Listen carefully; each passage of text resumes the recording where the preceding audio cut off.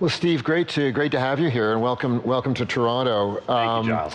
I think it's going to be an interesting conversation because, I mean, over the last several days, I think one pervasive theme of the conversations has been the huge impact here and globally of America First. Right. And it's a change point, a historic change point, I think, for all of us.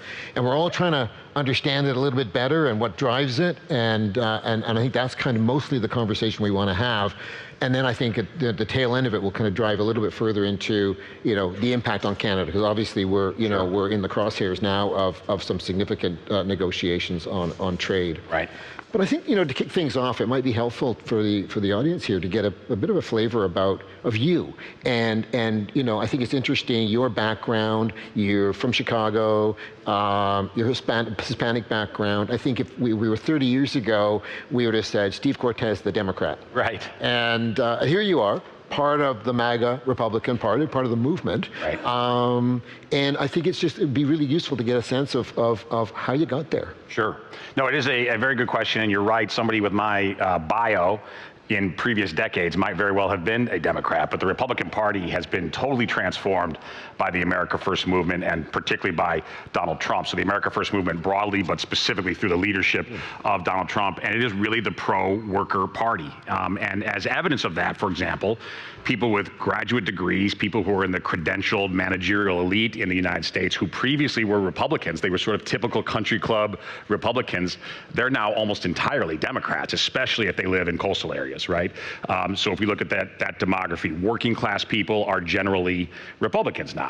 But the party has been taken over. It was a hostile takeover, by the way, Giles. It wasn't a willing handing of the keys of the Republican Party, but it has been, fully transformed. And regarding Hispanics, particularly, the move there has just been astounding. And it's been a lot of my work over the last 10 years has been outreach to Hispanic voters. We've had tremendous success. On the negative side, Hispanics find that they are no longer welcome in the radical Democrat Party of the 2020s. Hispanics overwhelmingly pro-family, religious, hardworking people, patriotic. They simply don't find a home in the party of Ilhan Omar in the modern Democrat Party. So that's part of it. Then on the positive side, they're also attracted to the populist nationalist muscularity of America First. That's very attractive to a lot of Hispanics, particularly Hispanic men. And the gains we've made there have been, just truly astounding. I've documented a lot of it. I do a lot of documentaries on this. I write a lot about what's going on with Hispanics. If you look at Starr County, Texas, is the most Hispanic county in America. It's on the US-Mexico border. It's almost entirely Hispanic, 97% Hispanic. Trump lost Starr County by 60%, 6-0, back in 2016. He got clobbered there, like most Republicans have historically. He won Starr County this time. He went from -60 to +16 in 3 election cycles in the most Hispanic county in America. If you go much further north, similar kind of county, even though it's urban, Passaic County in New Jersey. New Jersey has an election coming up. Passaic County, he lost by 22% in 2016. He won Passaic County, which is a working class, dense New York metro area Hispanic county. So the gains there have been astounding. So in that regard, although it might be surprising to folks, I am part, as a guy named Cortes, I'm part of a much bigger trend of Hispanics in America. I mean, it's interesting because, if you go back, 30, 40 years, I guess now, you think about the Reagan Democrats, people, in the 1980 election, a lot of blue collar workers voted Republican for Reagan, and there was a kind of a muscularity to that as well. Mm-hmm. Morning in America, all of that. Right. Is this really a reverberation of that, or is it a kind of a second wave of that, or is it fundamentally different?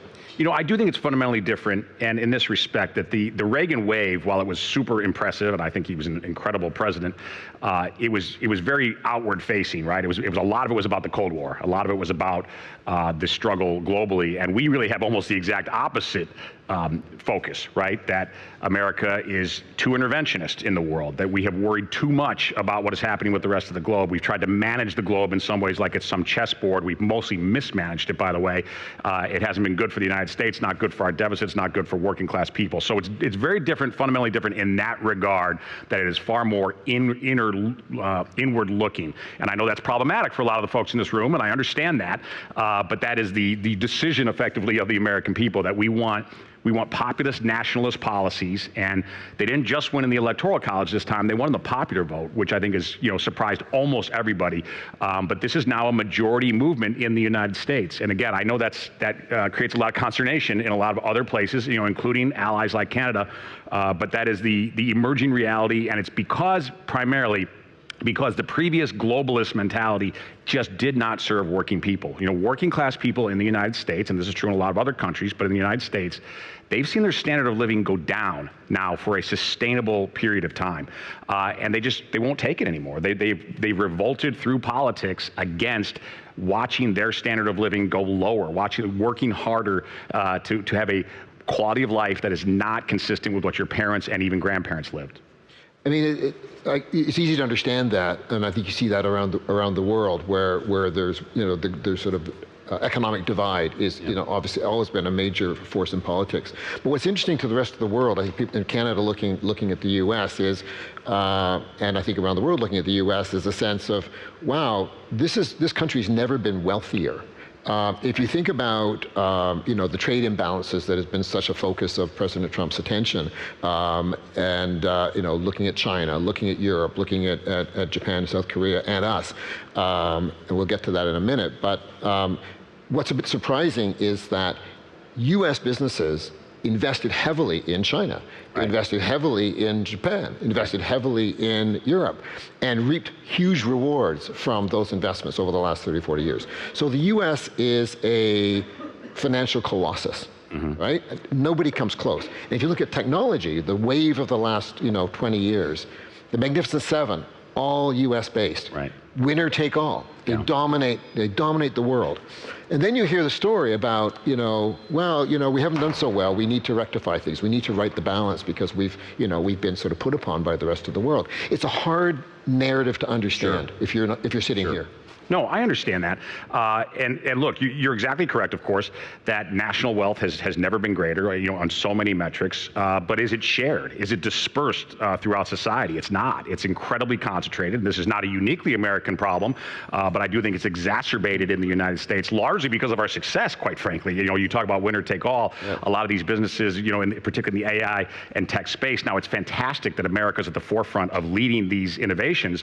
But the problem within the United States is that it leads to an even greater concentration of success and wealth among a pretty small group of credentialed elites who, again, I believe exerted their will in very unjust ways upon the rest of society. They created an economic system, an economic order that worked very well for their benefit, but to the detriment of the working class masses. And you can only push them so long, and we see, for example, some of the really negative consequences, the pathologies, right? The substance abuse, the suicide rate, the despondency among regular people in the United States. And again, I know it's not uniquely American, but this is what I'm concerned about, as a citizen of the United States, and trying to solve this and trying to rectify it. I'll give you one just very practical ramification of this or example, really. It used to be, I'm 53 years old. When I was a boy, I grew up in a very middle-class suburb of Chicago.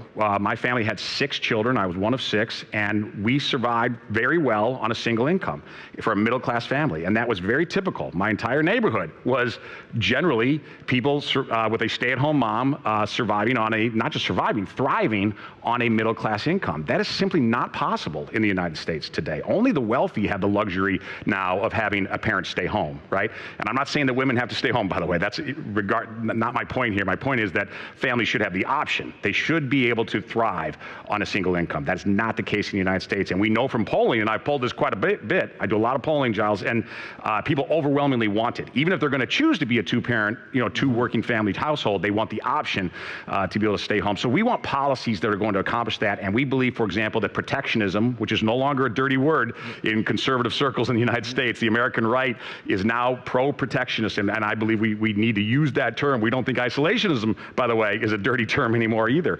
And I know that's kind of shocking, perhaps, in rooms like this, but that's the reality in the United States. And I think ultimately, by the way, it's going to make not just the U.S. stronger, but ultimately, I do believe it's going to make Canada, Latin America, and the world stronger, but particularly our allies. And I think we're showing too that we don't think America first means America alone.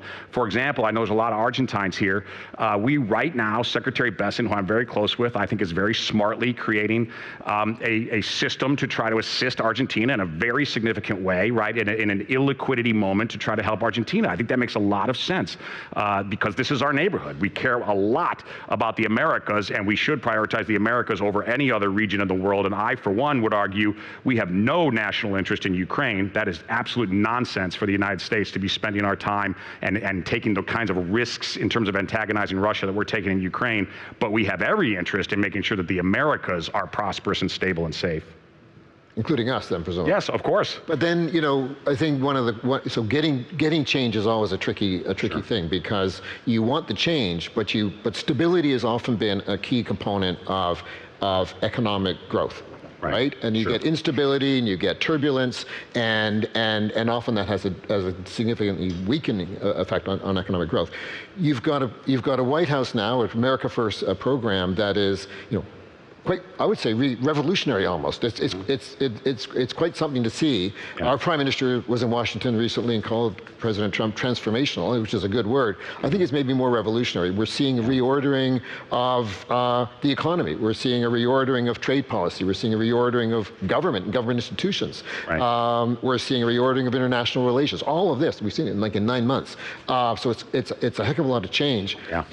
Can that much change be managed and get to the result that you've been talking about, which is a greater affluence across right. And prosperity across the U.S. Sort of social economic groups? Right. So my quick answer is yes, yeah. It can be managed, but admittedly, it's a wild card, right? I mean, and you're right. We are vastly changing an economic system that dominated the world for 80 years, right? Essentially since World War II. We are upending that, and we're doing it in a very quick and sometimes slightly chaotic way. Now, I will say this, and I'm generally incredibly supportive of this administration and, of course, of President Trump. Well, one mistake, I think, has been that there should be better predictability and visibility into what we're going to do with tariffs. For example, if it were up to me, I would say, okay, every country in the world must pay a toll to access the U.S. market. That just makes sense. We have the crown jewel consumer market in the world. We earned it, and we should charge for the premium seats effectively, right? If you want to get into the concert, you pay more for better seats. There should be roughly, I believe, a 10% tariff on every country in the world, whether you're a friend or foe. Then on top of that, I think there should be, what we should do is create essentially ladders where, depending on your policy towards us, how reciprocal you are to our trade, in terms of national security, are you an ally?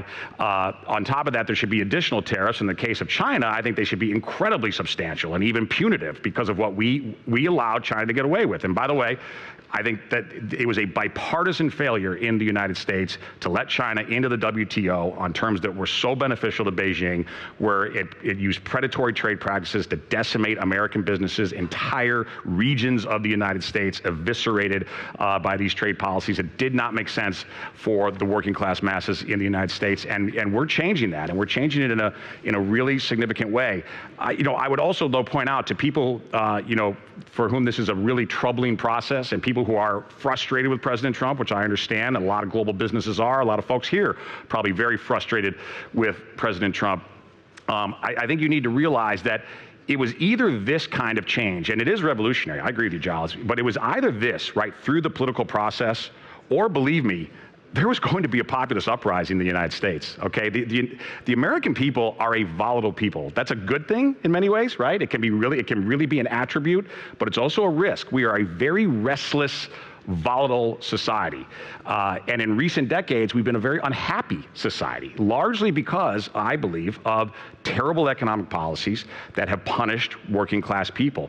And that pressure valve, it's going to let out. Now, I think it's doing it in the right way. It's doing it through our Republican, small r, our Republican process. It's doing it through elections. This is what we want, right? This is how to peacefully revolutionize our country and our economy. But I'm also warning you that if we didn't go the peaceful route, we would have gotten there one way or the other, and let's not go the chaotic route. I mean, that's an interesting point, and one that I think probably here in Canada and probably around the world is not as well recognized. Sure. as we have a different character. Yeah, and I think I think that's fair to say, and I think also when you talk about more of an isolationist, protectionist approach to trade, it's if you know your history, you know that probably through most of its history before the Second World War, the U.S. was fairly isolationist. That's correct. You got to remember, when you and stood apart from international relations in the way that, say, we didn't, or other, or Europeans, or even other Asian countries didn't.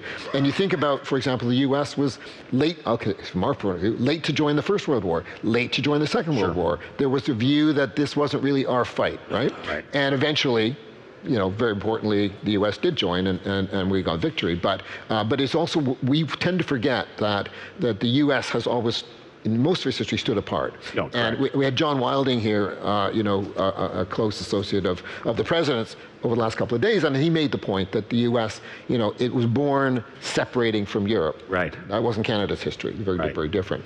But let's take that and kind of think a bit about the Canadian context, because that's important for us, and maybe we need some advice from you. You talk about the trade imbalances that really, I think, have frustrated the U.S. for quite some time. Right. I used to live in the U.S. quite some time ago, even several decades ago, and you'd hear a lot about the trade deficit with Europe, trade deficits with Korea, with Japan and others, Right. and a big frustration that their markets weren't as open to U.S. products as the U.S. market was to others. So the sense of taking unfair advantage that you alluded to.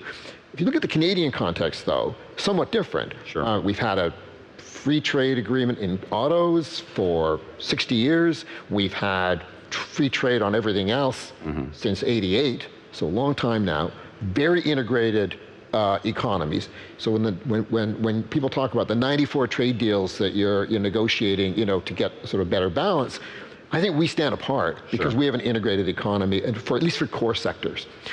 And yet, we find ourselves being treated in exactly the same way. Line up with the 94, do your best. But the unraveling of what's been constructed between the two countries is much more intense.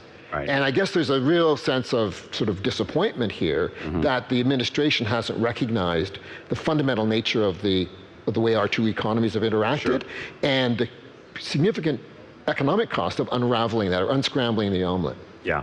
No, I understand that, and I understand the frustration for Canada, because I agree, you are different from every other country in the world, right, regarding your relationship economically and otherwise with the United States, and so I understand that you want to be treated differently, and you probably should be, quite frankly. But I will also say this, please understand from the American point of view that we willingly gave up our advantages in trade, right, and we did so because of the Cold War. We did so for geostrategic reasons. We wanted to build Western Europe and Japan specifically post-World War II, and so we effectively surrendered our trade advantages, and we even agreed to trade terms that were really disadvantageous to the United States. We did it purposefully, though, right? We did it for a bigger goal. But the Cold War has been over for quite a long time, and we're still getting abused in trade globally. So I think, unfortunately, Canada is going to suffer some of the consequences that admittedly are not its fault, because it has mostly been a very fair, not entirely, but mostly been a pretty fair trading partner with the United States, who probably deserves to be treated differently. But my honest answer is it's not going to happen. And my advice for Canadians then would be, well, what do you do? Well, focus more on Canada, okay? You have a big market here, right? You can and should trade with the United States. Of course, we're always going to continue to trade with each other, but make Canada great again. And by the way, I would argue, from my point of view, I'm not Canadian, so I'm not telling you what to do, would be start restricting immigration, start being protectionist in Canada in every way. But you have a big developed market. You can be really successful without the United States if you need to be. Now, again, I think we're going to help each other in many ways. Security, trade, otherwise. You are, in many ways, our closest ally in the world. And thankfully, a peaceful border forever, and we hope, forevermore. But that is my honest advice, and I know that might sound a little bit harsh, but focus on your country. And I would tell this to any country in the world, right?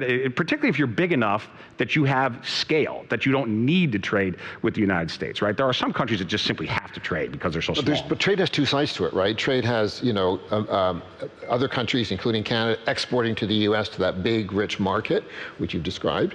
But it also has, exports to other countries. And we happen to be the largest buyer of U.S. products and services. We have a huge trade imbalance on services. Yeah. And in fact, on manufactured items, we have a big trade imbalance with the U.S. You have a surplus with us. So So who's taking unfair advantage of whose market? So the irony for us is we're being sort of accused of taking unfair advantage, like everybody else, of the US market, when we find ourselves actually not in the same position as Mexico, Europe.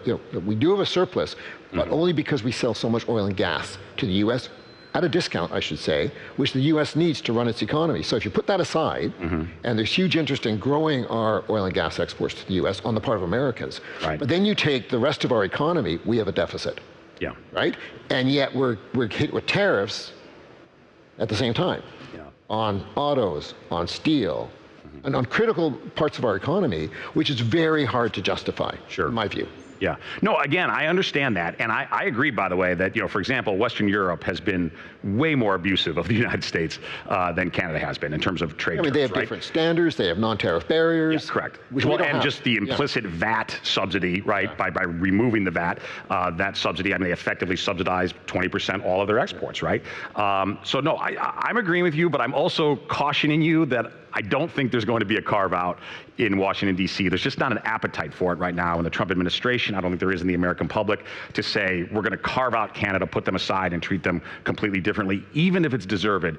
I just don't think that's going to happen. Is there some wisdom in waiting then on our side? You're doing 94 deals, you're trying to shift the balance with all these different countries, and you might be successful. Right, you may start to see signs of success. You've already struck deals with the European Union, with the UK, with Japan, with South Korea. So as the fruits of those deals, a better balance, you start getting better exports to those countries. Imports perhaps become a little less, better balance.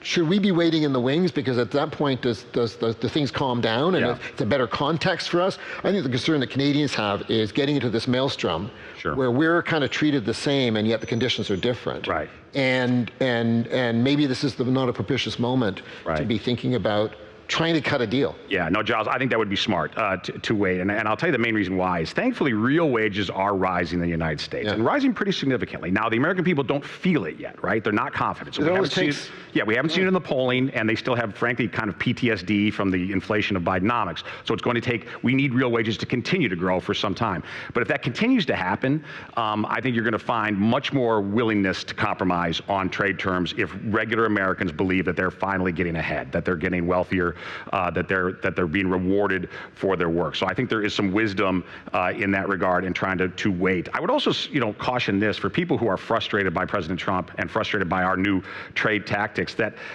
look, the critics, I think, have to admit, if they're being honest, that most of their predictions of doom just have not happened, right? I mean, the world didn't fall apart, right? Markets are at all-time highs. Trade is continuing at a very rigorous pace. You have huge deficit, though. Of course. Debt. Yeah, massive problem. And that worries people. It should. Worries the heck out of me, believe me, every single day. And there seems to be no real constituency in Washington, D.C. now to even do anything about it. I mean, we're really, I think whistling past the graveyard to some degree with $37 trillion in debt. Yeah, absolutely, massive problem. So last question, really, we only have a few seconds left, but I think there are a lot of, around the world and in Canada, sometimes I think people are thinking, if we can only get through the next 3.5 years, we'll be fine. And that's a natural tendency.